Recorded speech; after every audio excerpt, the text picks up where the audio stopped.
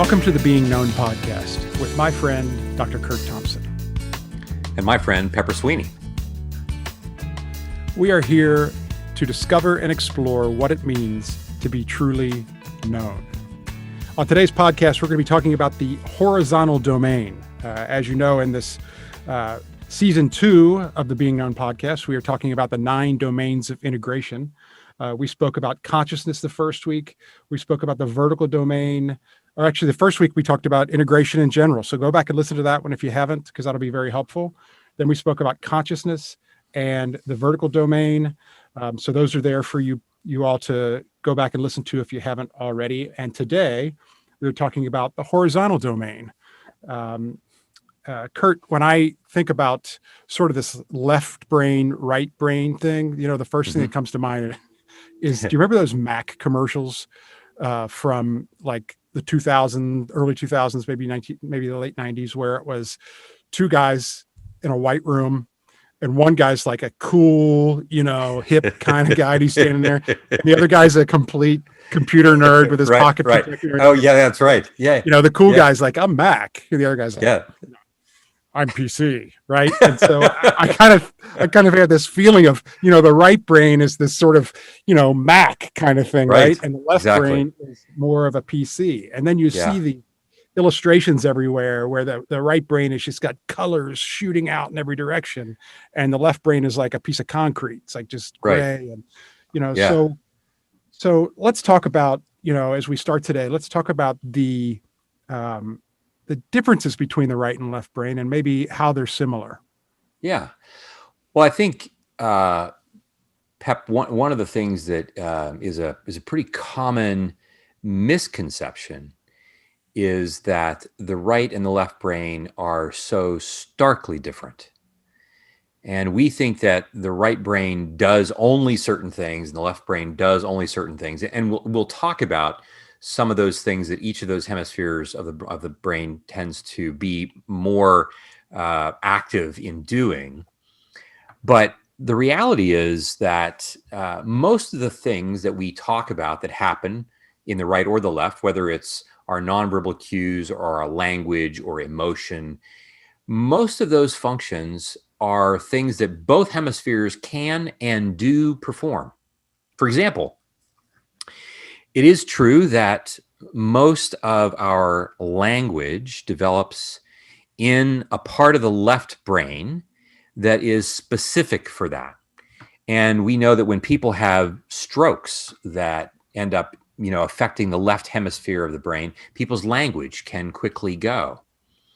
But it doesn't mean that that's the only part of the brain that can do that. In fact, when we hear certain words that are particularly emotionally laden, especially ones that are drawing us to connect with each other. So if you hear your name called, and especially if Nell were to call your name, especially if Nell calls your name in, a time when she's feeling particularly amorous or like, kind or whatever, right? Like, even though it's a word like your name, like that would tend to show up in your right hemisphere. Or when we're using words to express love or care for one another, that's language that tends to show up in the right brain, despite the fact it having to do with being words.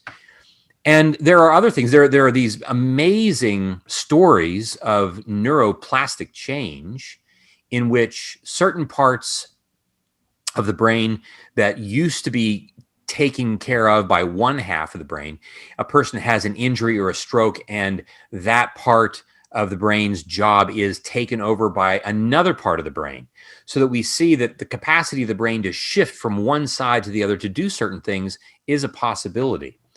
Now, the way that we end up living our lives is that, like a lot of things, if I get really good at throwing a baseball, from the time I'm a kid with one hand versus the other, right, I'm going to eventually develop a capacity to throw that baseball, let's say, with my right hand, that eventually I won't have the same capacity to throw with my left hand.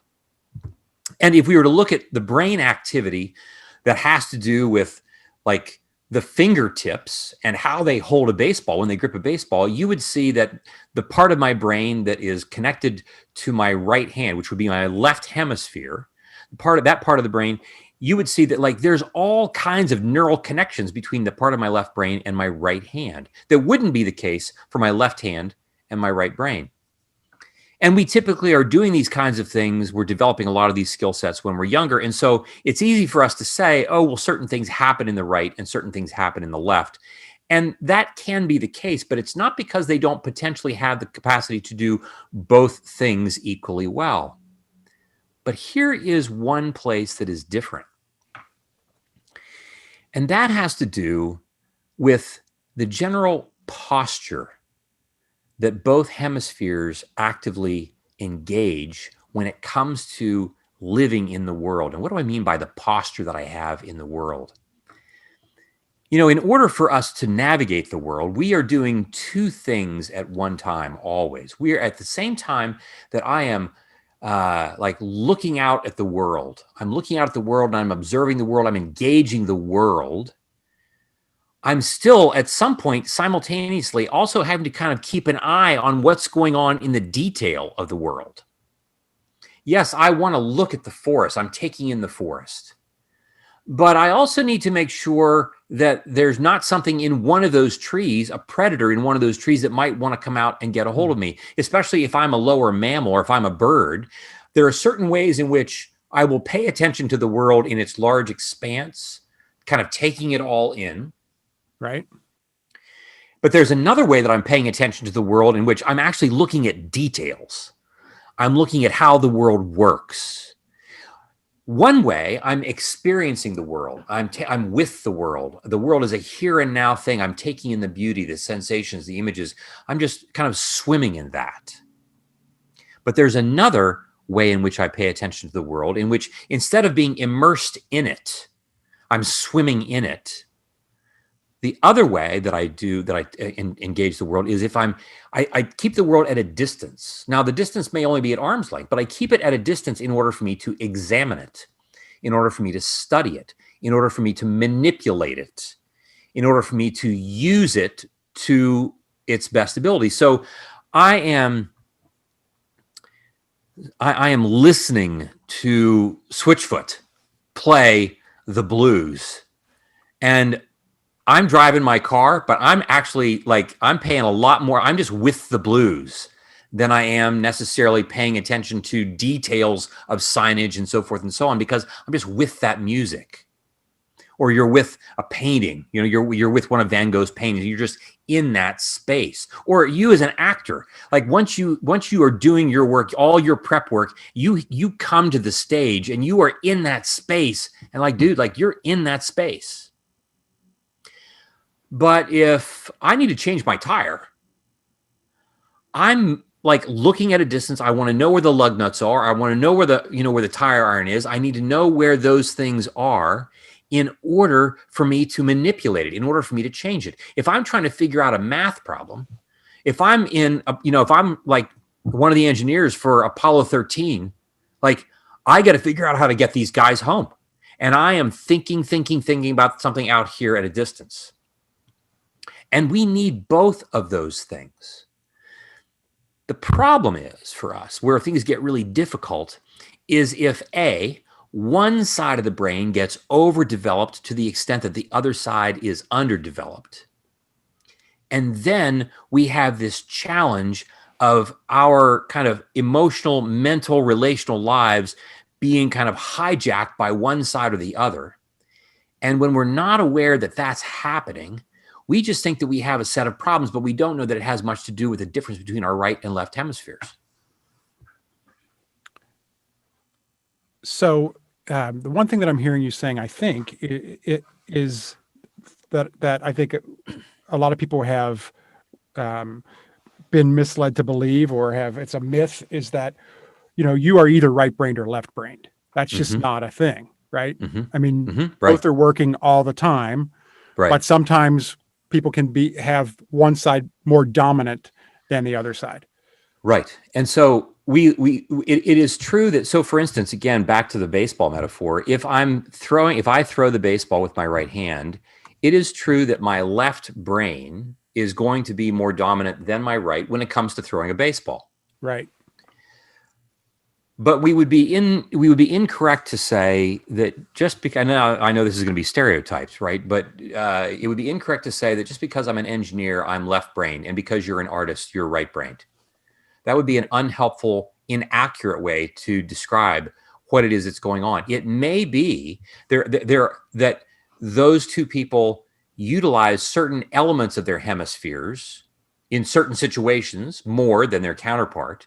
But it's not because one hemisphere of their mind is more dominant than the other just because one's an artist and one's an engineer. It is true, though, Pepper, and I think we'll get into this more, that culturally, and this is the work of Ian McGilchrist in The Master and His Emissary, culturally, we also see that our neurological behaviors play out in our culture in such a way that when it comes to knowing things, for example, this is where, when we get to this whole notion of what does it mean for us to be known? When it comes to knowing things, I think that the most important, in fact, the only way to know things is through the scientific method.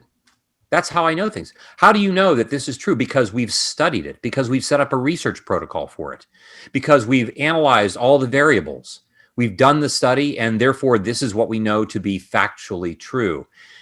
And so this creeps into all kinds of elements of our lives. So if I tell you that I love you and you're not feeling it, you're like, yeah, but Curt, like, I'm really not feeling it. I said, but the fact is, right, we can do the research. We can go back and record it. Like, there's the data. My left hemisphere is talking to your left hemisphere, and there's the data. And like what's the problem? We live in a world that, as it turns out, for the last 400 to 500 years, as McGilchrist points out, has become increasingly culturally dominated by a left hemispheric way of being in the world. Say more about that. So one way to talk about this is to, first of all, kind of go back to the beginning of like brain development. This will be kind of helpful, I think. And you'll see this really pretty quickly, that when we're born, the first hemisphere to develop what it's supposed to do is the right hemisphere. So the things that eventually we end up doing mostly out of the right hemisphere are kind of integrated map of the body, right? Our sense of like what our body feels like internally, for instance. Our nonverbal cues that we talked about in our last episode, right? The body and how we communicate both to each other and to ourselves nonverbally through our bodily instincts. Our emotion, our capacity to sense things immediately, in a moment, holistically in the room. This sense that there are always these different kind of ways in which, you know, we have a sense of timelessness. Like, I'm involved in something. I get in my zone. I'm just there, and the passing of time like stops taking place for me. So this sense of we, right? I have a sense of being connected to someone else, connected to the world, connected to the universe. This sense of being we with largely is an experience that emerges out of the right hemisphere. Attachment, for instance. Right. Attachment processes crucially emerge beginning with the activity of the right brain. Interestingly enough, you know, most people, most mothers, when they just hold their infants, most mothers hold their infants in their left arms. Now, I don't mean that's not like, well, you know, anybody who's hearing this are like, well, I'll show you. I'm just going to like hold my infant in my right arm from now on. You fancy pants shrinkomatic. I'll teach you. We hold our infant in our left arm. What does that mean? That means that as that newborn is being held in my left arm, their head tends to tilt in such a way that their right ear is against our chest, and their left ear is open to hear our voice, and their left ear is connected to their right brain. And we give them our voice over and over and over and over again. We give them our comfort in that way, over and over and over again. And so that right hemisphere is taking in a sense of we, a sense of connection, that I'm connected with somebody. And that's its job. And we would say that in the process of our being known, like, I want to be known. I want to be known by you, by Amy, by our friends. I want to be deeply known. And in order for us to go on and create beauty, and to be known is an event that largely emerges in the right hemisphere, as does attachment. I then want to make sense of all that I'm sensing. And so my left hemisphere then comes in to help me make sense of this. It gives me a sense of understanding. It helps me figure out problems. I can manipulate these things because I can see the tire that's flat that has to be fixed, the math problem, the this, the that, the so forth and so on. But we've lived in a world in which for the last 400 years has grown in its intensification of turning the world into a problem to be solved. We are so linguistically based that as long as I can just explain something to you logically, as long as I can just make it clear to you, make it plain to you, then we should be fine. There shouldn't be a problem. I should be able to explain my political position to you and argue you into a place of understanding that I'm correct and you're incorrect. This shouldn't have anything to do with emotion, or our relationship or my fear or my attachment to my parents. This should only have to do with my logical linear processing.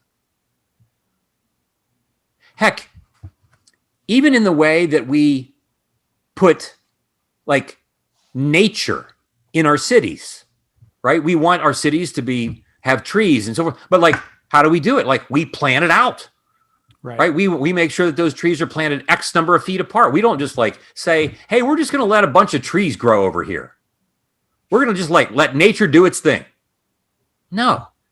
So even in our attempts to create beauty, we do so by making sure it's still dominated by this constructed, linear, boxed-in way of seeing the world. And the challenge about all that, Pep, is that when it comes then to like relational traumas, when it comes to you hurt my feelings, and then you say, well, I didn't mean it. So you give me the data, you didn't mean it, and so therefore it shouldn't be a problem. That's not going to be very effective for us. When our African-American brothers and sisters, our Hispanic and our Asian brothers and sisters are having experiences like they've been having, like not just for the last year, right? For 400 years, for as long as we've been around here doing our thing. Yeah. Quoting facts is not how we get to a place of healing and wholeness. That's not how we do this. But we have been primed through a particular way of our brains operating such that the role of the right hemisphere, that to be known and to do all of its work, is then to be kind of shipped out to the left brain so that the left brain can help us make sense of this. But it's all in the service of coming back around to the right brain to enable the right brain to then flourish even more. I want to be known so that I can understand what that means, so that I can take that process of being known to the next level. We are always, even when we are fixing problems, even when we are logically, linearly explaining positions, at the end of the day, we're still wanting to do that in order to develop and deepen our relationships. At the end of the day, it's because I still want to be with you and cook a great meal and watch a great video and make great music. And then tomorrow, like, paint together or do whatever it is that we're going to do. Like, we're going to create beauty in the world and so on, deepen our relationships. And yes, I need the capacity to linearly, logically think about what those problems are. But when I only understand the world in those terms, I lose track of what it means for us to be known. I lose track of the importance of what it means for me to feel felt. I stop being able to be broad and curious and open about the world. Instead, the world becomes more restricted. It just becomes a problem that I'm trying to solve. When realistically, we're really looking for there to be this rhythmic interaction between the two sides of our brains. And my capacity to interact rhythmically between my right and my left brain, interestingly enough, is heavily dependent upon my rhythmically interacting with you, with another person. If I don't have my interaction with you, my right and left brain are not going to talk to each other very effectively. And so we have to have an active, both sides, both hemispheres have to be active, even as you and I are communicating with each other, so that I can understand and feel. Right. Right. Right. Right. One of the most important questions, of course, that we ask people is like, well, what do you feel? And, a common answer is, well, I think, and they're going to go tell me their thoughts on things, right? They want to tell me what they're thinking, because even their experience of emotion is one of analysis. Like, I can talk about what I feel. I can't express what I feel necessarily. I can give you the definition, I think, and so forth. But I want to talk more about what I think than what I feel. First of all, because I don't have much practice doing that. Right. Second of all, you all out there, you may or may not have much experience or practice with language. Like, well, I think there are only 4 feelings. Like, I'm mad or sad or mad. Those are my, I guess there's only 3, right? Maybe only 2, because we don't have much of a lexicon for this. So it's kind of like I got 3 primary colors, and that's the only colors that I have. But the reality is that we experience so much more, right? The kind of color and number of colors is so much greater than that. But because we've come to see the world as a problem to be solved, because we've seen our marriages as a problem to be solved, our parenting as a problem to be solved, my panic attacks as a problem to be solved, I'm not able to be curious about what is it that this is pointing to, about which God is trying to draw me in so that we can create beauty and goodness. I just see this as a problem to be solved, not so much as beauty and goodness that is waiting to be created. And so we have here this experience and expression of the left hemisphere and the way we express it in our culture. Again, not like when we it's not just about what happens in the privacy of our minds. When we think about education, for example, right? You got a test, you got to pass the test, and here are the scores. The whole notion of discovery, the whole notion of curiosity, the whole notion of like, what do you want to learn today? What are you curious about? No, we're going to dictate what you're going to learn. And we're going to tie anxiety to it by the time you're in 3rd grade, so that you can start to worry about not passing the test, not just so that you can get to 4th grade, but so that you can get into Yale. Right. Right. And so now I want to like make sure that we're like pushing you out of your right hemisphere into your left hemisphere to make sure that I'm analyzing in order for me to know that I'm right. Because if I'm right, then not only will I not be wrong, but I won't be left. I won't be abandoned. Because so much gets tied in this left hemispheric dominance, so much gets tied to shame. So much gets tied to the analysis of how, if I don't get this done correctly, it's not just that, oh, we'll figure it out again later, I'll try it and we'll work it out. No, there will be some kind of catastrophic problem that will ensue because of this. You just sent me back to 7th grade in Sister Juanita's class, in my algebra class, and just bring it. So bring it. I can vividly remember, before this conversation, I would have said, I've got a real strong right brain and my left brain is just really weak, because algebra was not my thing, right? So I'm sitting in class, and she's got the problem up on the board, and I'm hiding, right? I do not want to be called on to go up in front of the class, because I know the shame and the humiliation that's coming when I come up and I look at this problem and I have no idea what to do. And instead of teaching me, she's going to yell at me and she's going to humiliate me in front of the class, right? So, and that's what happened. You get called on, you go up to the front of the class, you don't know how to solve for X. And instead of someone saying, let me teach you how to do this, it's basically you hear someone saying you're stupid, right? Yeah. In front of your peers at a time in your life when you're, that seems like the biggest thing in the world, right? So all that shame that's tied into that. Yeah. Right.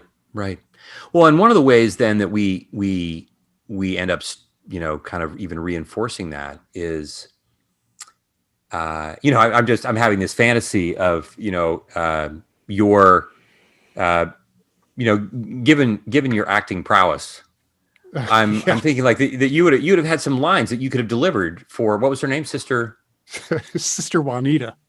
Sister Juanita. Yes. That you could have said, Sister Juanita, I'm perceiving that you're feeling something about the fact that I don't know the answer to this question. Could we talk about that? Could we just have a little conversation? Because I'm actually feeling a little anxious. I'm feeling a little threatened by this. I'm not really quite sure where we're going. I certainly am not sure where we're going with the math problem, but I'm also not sure where we're going with our relationship, right? In this moment, right? Because there is a sense in which you would love if our teacher would be able to say, okay, let's find a way to let's find a way to talk about it.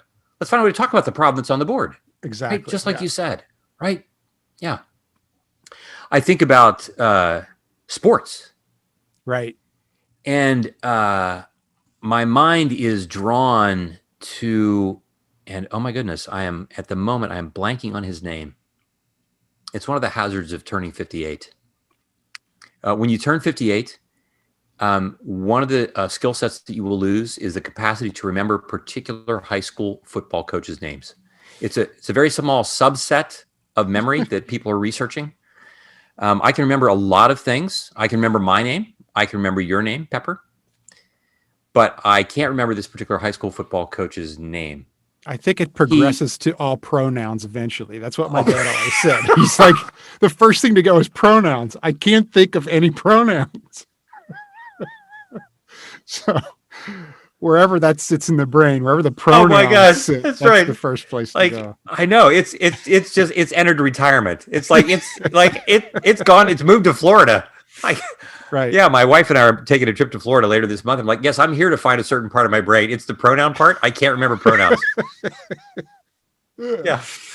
So, but he's now retired. He's a coaching instructor, and he won a number of state titles with his team.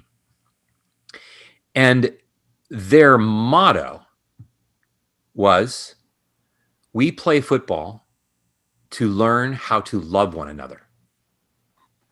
This is what we do.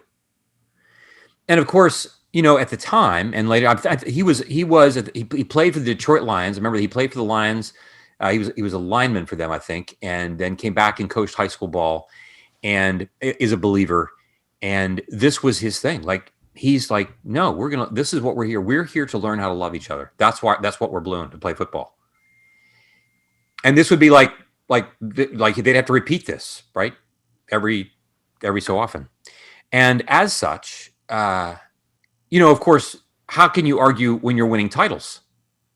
Right. But what does it mean for you to see that, you're going to direct all of this kind of energy, this pounding aggression, you're going to develop it in such a way that you are actually paying attention to a more balanced view. One of the things that you all might imagine is that I'm saying that the left brain is to be, not to be trusted. By all means, no. The problem is not that we have a left brain. The problem is it has become tyrannical over our right in our culture. It's usurped its role as being this mediator of helping us navigate what it really means to be known by one another. I'd also say that, one of the other important things too, Pepper, about this is that for far too long, we have also, in many respects, tried to shoehorn our faith into my right hemisphere by using the function of the left, thinking that we believe something to be true when we have read it. If I've been given a certain set of facts about the gospel, then I just somehow should magically know that that's true. But we go back to the phrase, just say no to drugs. And we know that one of the reasons why that was ineffective was because the part of the brain that hears the words, just say no to drugs, has nothing to do with the part of the brain that wants to do the drugs. Oh, I never thought of that before. That's great. Right. No, does that explain some things for you? Does that helping you make sense of some things in your life? Yeah. And so the whole thing then is that we do the same thing with faith. We say read John 3:16 and you should know that God so loved the world. And so that's a packaged and wrapped proposition. But until I feel it in my chest, I don't know that God loves me. Until I see it in your eyes, hear it in your voice, which is all running to mostly my right hemisphere, I have no idea what loving and being loved is all about what being known is all about. You know, one of the things that McGilchrist talks about is a way for us to pay attention to this disparity between the right and the left. And again, remembering that we're not throwing the left out. The left is crucial. If I don't have the left hemisphere, like I can't change the tire. You could love the tire. I could love the tire. You can look at the tire and just get emotional about the fact that it's round and flat and all those things. But I could express my empathy toward it. You could express your empathy towards the deflated tire. And the tire would feel known by me. Yes. And would just remain flat as ever. So we need the left. Right. Yes. We need the left in order eventually, though, to fix the tire so that I can get to the birthday party that I'm having for my friend. Right. I want these things because relationship is where it all ends, in order for us then to go on and create even more beauty, for us to create the next version of a tire. Right. But we do this not just with faith in general, as we say, look, preachers are not, the news is not good for preachers if you can't tell really good stories, because the Bible is a really good story. It's primarily a story. And if we're not paying attention to what the brain and the Bible pays attention to, it'll be really difficult for us to hear and experience what God is trying to say to us. It's really challenging for us to do that. McGilchrist notes that the ways that he has seen in his research, the ways that he has seen in which we are most able to bring this balance of right and left together, back together, is A, through our encounter with nature. So how many of you have made, especially in this time of COVID, how many of you have made a practice of regularly encountering something in nature, even if it's in your neighborhood? Like something as simple as you go out. I don't know if you mentioned this, you go out, you take your shoes and socks off, and now that it's getting warmer, and you take 10 minutes and you walk around and let your feet feel the grass. So nature is one thing. A second thing, I'll just still never forget your walk at the creek, Pepper. Yeah. The second thing is our encounter with beauty in the world of art. And the third thing is our religious experience. And by religious experience, I don't just mean, a logical linear sermon preparation. I mean the worship that we encounter. But I also mean, how are we imagining the texts that we read? Are we immersing ourselves in the story of the gospel, not just the factual truth or the propositional theology, but when I read about Jesus in Matthew, am I able to sit at the table and am I able to feel my chest beat in such a way that I'm actually able to sense the tension when Jesus, in front of everybody else, is asking this traitor to go to dinner? Right. To pay attention to my right and my left hemisphere means eventually, as we'll talk about in a couple of sessions, that we need to practice doing that in order for us to be able to talk about our stories more effectively, in order for us to be attuned and attentive to how our memory works, attuned and attentive to the things that we sense and image and feel. And with that in mind, there are some exercises that I think that we could look at, enter into, as we come to the end of our time today.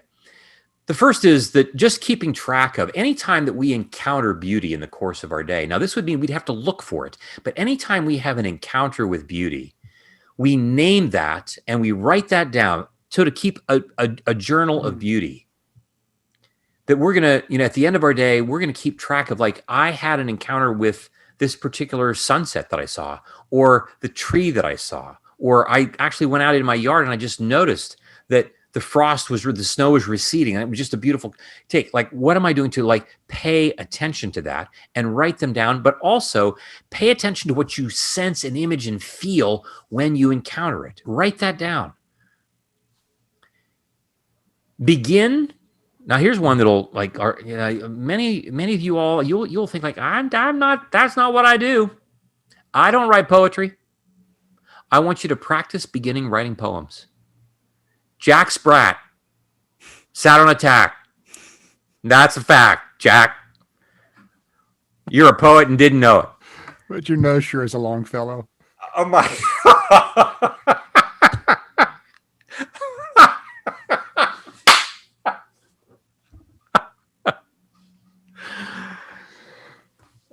And how do you do that? I would say go online, get yourself a primer on beginning to write poems. And I want you to begin to write. I want you all to begin to write poems. Great. The best poets, the best poems are written by the poets who write the most poetry, because a lot of it isn't that great. But because of that, because they're practicing, they're engaging the interplay between their right and their left hemisphere, because we're using language along with metaphor, along with rhythm and cadence and so forth. Practice paying attention to your nonverbal cues. We talked about this in our last episode. There are 7 nonverbal cues. We talked about those. Go back and listen to the podcast, but then make a habit of every day saying that today is going to be the day I'm going to pay attention to what it's like for me to look at other people, my eye contact. I'm going to pay attention to that. I'm going to pay attention to my tone of voice. I'm going to pay attention to my timing and intensity of gestures. I'm going to pay attention to those things. That is the very act of paying attention, is my analytical brain actually connecting with the parts of my left brain, connecting with my right brain that is demonstrating those nonverbal cues. And then we have a breathing exercise that we've done that we've given to folks. We may have talked about this in last season, but it's a simple exercise, 6 breaths per minute. The average human adult respiratory rate is about 12 to 14 breaths per minute. If you lower that to 6, it means 1 inhalation every 5 seconds, 1 exhalation every 5 seconds, and a much deeper breath. But to do that requires you to pay attention to your breath, because if you're going to watch a video or read a book while you're trying to do this, you're not going to do it, because you're just going to go back to your automatic cadence. Why is that important? Because as we do that kind of work, we're giving the right hemisphere an opportunity to breathe, literally. Remember, we're not trying to get rid of the left hemisphere. We're just trying to make sure that it serves the purpose for which it was destined. And that is to help us make sense of what we sense, because largely what we're trying to do is to create relationships of beauty and goodness in the process of being known, so that we can then go on and further create more beauty and goodness in the world. Hopefully, then, those will be 4 things that we can do: encountering beauty, practicing writing poems, paying attention to your nonverbal cues, and the 6 breath per minute breathing exercise that can help bring your right and left hemisphere into a more amiable relationship with each other. Those are great exercises, Curt. That'll be, I will venture out on this week and try these things. Really, I'm not kidding. I do some of them, but to put them all, have a sort of a list of things that I can do to help in this connection of the right and left brain, and to help live a full life and be able to really connect with people and connect with beauty. I appreciate you giving us these exercises, and I will be working on those this week. Encourage all of you people to do the same. Thanks, Curt. Thank you, and I'm looking forward to your poem. I can't wait for your poem. Well, it's a little more like a limerick, and we that may be for a different podcast. Not even a different episode, like a completely. There different once podcast. was a man named Curt.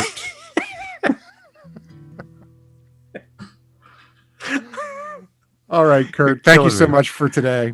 All right, man. Thank you. Great to be with you again. All right. Love you. Love you too.